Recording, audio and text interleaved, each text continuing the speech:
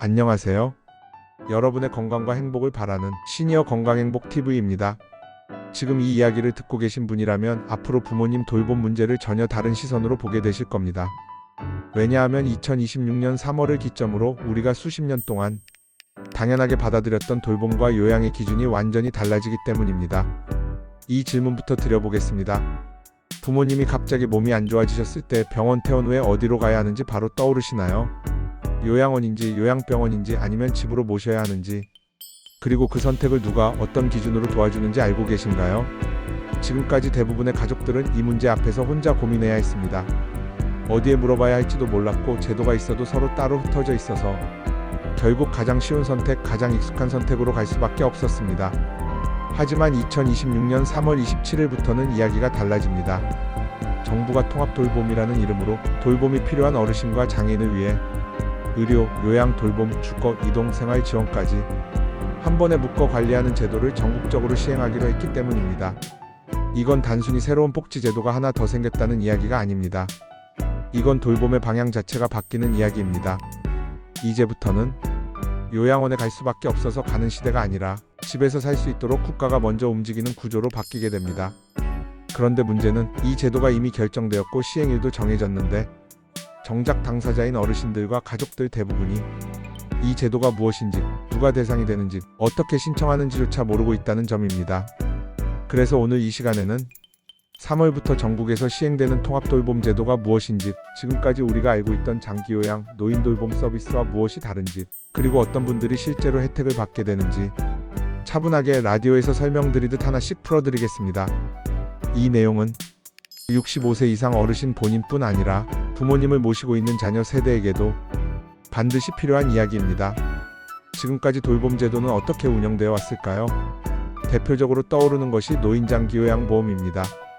등급을 받아야 이용할 수 있고 요양보호사가 집으로 방문하거나 주야간 보호시설, 요양원 같은 시설을 이용하는 방식이었습니다.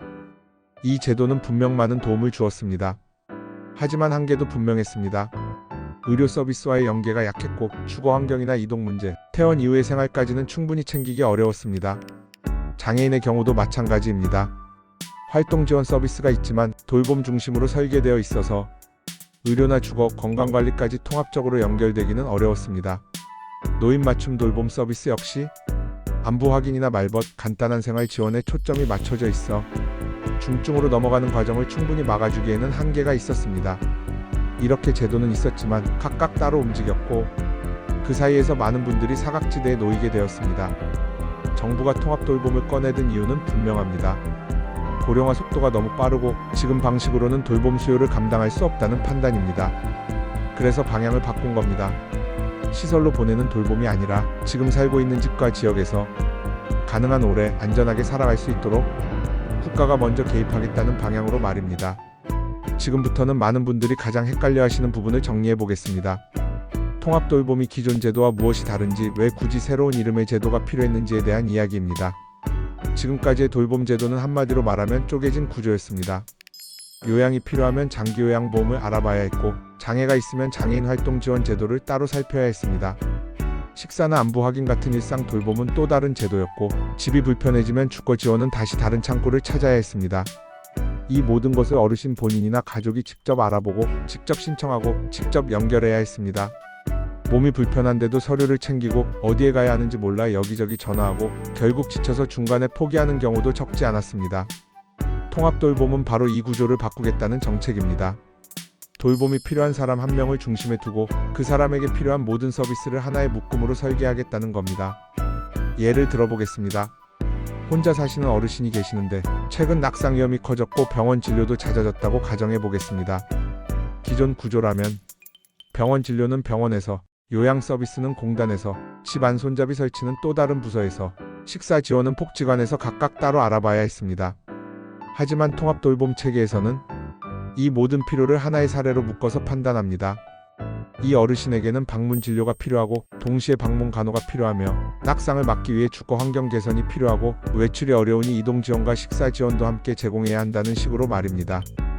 이렇게 여러 서비스가 따로따로 움직이는 것이 아니라 하나의 계획으로 묶여서 제공되는 것, 이것이 통합돌봄의 가장 큰 차이입니다.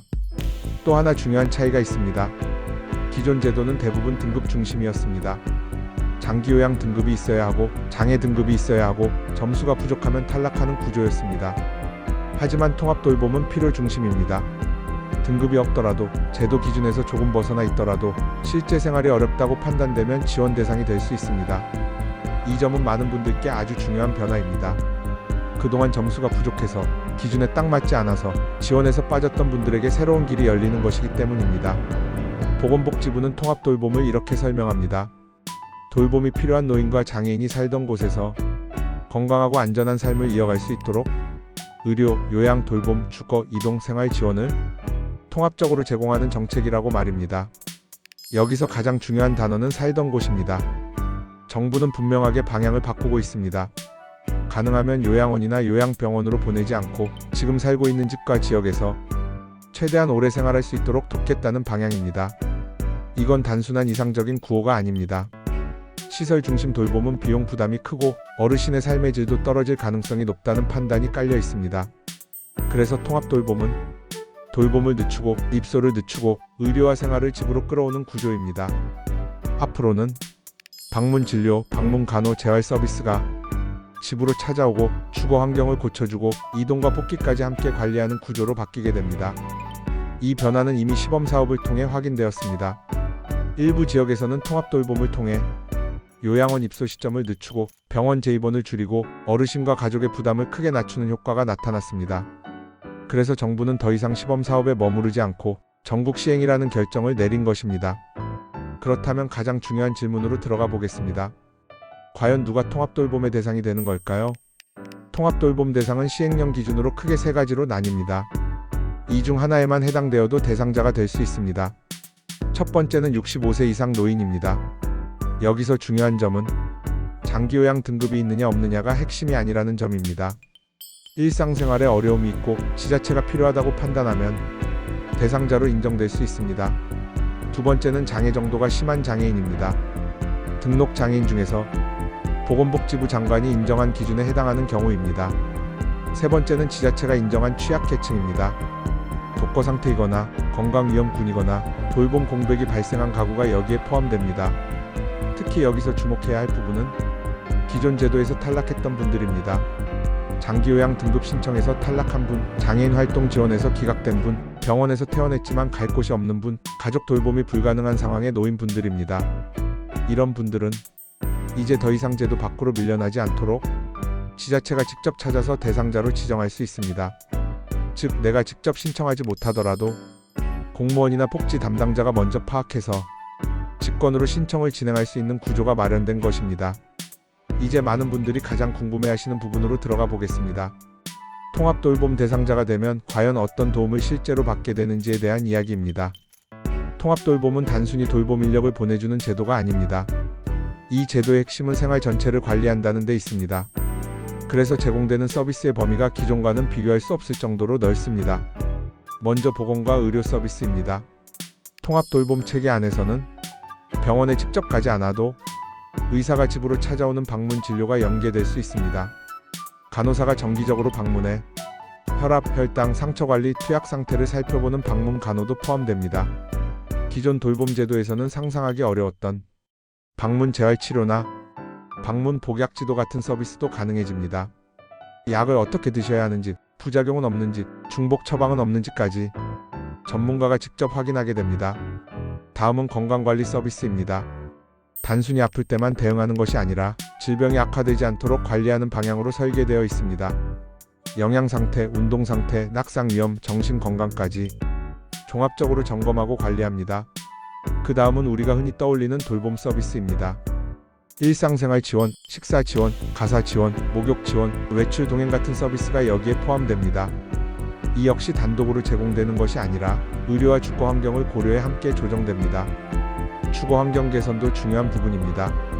집안에 손잡이를 설치하거나 문턱을 없애거나 미끄럼 방지 장치를 설치하는 것처럼 낙상을 예방하기 위한 지원이 포함됩니다. 필요한 경우에는 간단한 집 수리나 환경 정비까지 연계됩니다. 이동 지원도 통합돌봄의 핵심 요소 중 하나입니다. 병원 진료, 재활치료, 복지시설 이용을 위해 이동이 필요한 경우 이동 지원 서비스가 함께 제공됩니다. 특히 병원에서 퇴원한 뒤 집으로 돌아오는 과정, 이른바 퇴원 후 복귀 과정이 체계적으로 관리됩니다. 여기에 더해 돌봄을 받는 분뿐 아니라 가족을 위한 지원도 포함됩니다. 돌봄 부담이 특정 가족에게 과도하게 쏠리지 않도록 상담과 조정이 함께 이루어집니다. 이 모든 서비스는 각각 따로 신청하는 방식이 아니라 한 사람을 중심으로 하나의 계획으로 묶여 제공됩니다. 이것이 통합돌봄의 가장 큰 특징입니다. 여기서 많은 분들이 놀라시는 부분이 하나 있습니다. 바로 누가 이 모든 서비스를 조정하느냐는 점입니다. 지금까지는 병원은 병원대로, 공단은 공단대로, 복지관은 복지관대로 각자 역할만 수행했습니다. 하지만 통합돌봄에서는 시군구가 명확한 중심 역할을 맡습니다. 시청이나 구청이 컨트롤 타워가 되는 구조입니다. 통합돌봄 대상자가 발생하면 통합지원회의가 열립니다. 이 회의에는 지자체 공무원, 보건소 관계자, 국민건강보험공단 직원, 사회복지사, 의료 및 돌봄 전문가들이 함께 참여합니다. 이 사람들이 한자리에 모여 한 명의 대상자를 놓고 논의합니다. 이 어르신에게 지금 가장 필요한 것이 무엇인지, 어떤 순서로 지원해야 하는지, 어디까지 지원이 가능한지를 함께 결정합니다. 예를 들어 방문 간호가 필요하다면 그에 맞는 일정과 기관을 연결하고, 동시에 낙상 위험이 크다면 주거 환경 개선을 함께 진행합니다. 외출이 어렵다면 이동 지원과 식사 지원을 병행합니다. 이렇게 전문가들이 한 테이블에서 논의하기 때문에 어르신이나 가족이 이곳저곳을 찾아다닐 필요가 없습니다. 한 번의 판단으로 필요한 서비스가 묶여서 제공되는 구조입니다. 통합돌봄이 기존 제도와 또 하나 크게 다른 점은 단편적인 지원으로 끝나지 않는다는 것입니다. 한 번 서비스가 들어갔다고 해서 그걸로 끝나는 구조가 아닙니다. 상태 변화에 따라 지속적인 모니터링이 이루어집니다. 건강 상태가 나빠지면 의료 서비스가 강화되고, 생활이 안정되면 불필요한 서비스는 줄이고 다른 지원으로 조정됩니다. 즉, 상황에 따라 계획이 계속 업데이트되는 구조입니다. 이 점이 기존 돌봄 제도와 가장 큰 차이 중 하나입니다. 이제 현실적으로 가장 중요한 이야기입니다. 이 제도는 어떻게 신청해야 할까요? 통합돌봄은 2026년 3월 27일부터 전국에서 정식으로 시행됩니다. 현재 시범사업으로 서비스를 받고 계신 분들은 시행일에 맞춰 자동으로 전환됩니다. 신청은 본인뿐 아니라 가족, 친족, 우견인이 대신할 수 있고, 의료기관이나 복지시설 담당자도 본인 동의 하에 신청할 수 있습니다. 신청 창구는 읍면동 주민센터, 국민건강보험공단 지사입니다. 병원이나 재활기관, 복지시설을 통해서도 연계 신청이 가능합니다. 그리고 아주 중요한 변화가 하나 더 있습니다. 본인이 직접 신청하지 못하는 경우에도 지자체 공무원이 직권으로 신청을 진행할 수 있다는 점입니다. 위기 상황에 놓인 분들이 제도 밖으로 밀려나지 않도록 하기 위한 장치입니다. 지금까지 말씀드린 내용을 차분히 정리해 보겠습니다. 통합돌봄은 기존의 노인장기요양, 장애인 활동 지원, 노인 맞춤 돌봄 서비스를 없애는 제도가 아닙니다. 그 위에 하나의 큰 틀을 만들어 연결하고 조정하고 확장하는 상위 구조입니다. 돌봄의 중심이 시설이 아니라 집과 지역으로 이동하고, 등급 중심이 아니라 필요 중심으로 바뀌며, 신청하지 못한 사람까지 지자체가 직접 찾아 나서는 구조로 바뀝니다. 이 변화는 부모님 돌봄을 고민하는 가족에게도, 노후를 준비하는 어르신 본인에게도 아주 큰 의미를 가집니다. 2026년 3월 27일부터 시행되는 통합돌봄 제도, 병원 퇴원을 앞두고 있거나 돌봄 공백이 걱정되거나 혼자 생활이 점점 어려워지고 있다면 가까운 주민센터나 건강보험공단 지사에 반드시 한번 문의해 보시길 권해드립니다. 알고 있는 것과 모르고 지나치는 것의 차이는 앞으로의 삶의 질에서 분명한 차이를 만듭니다. 지금까지 차분히 들어주셔서 감사합니다. 이 이야기가 여러분과 여러분의 가족에게 조금이나마 도움이 되었기를 바랍니다. 오늘 영상도 재미있게 보셨다면 무료 구독, 좋아요, 알림 설정 부탁드립니다. 다음에도 유익한 내용을 전달드리겠습니다. 감사합니다.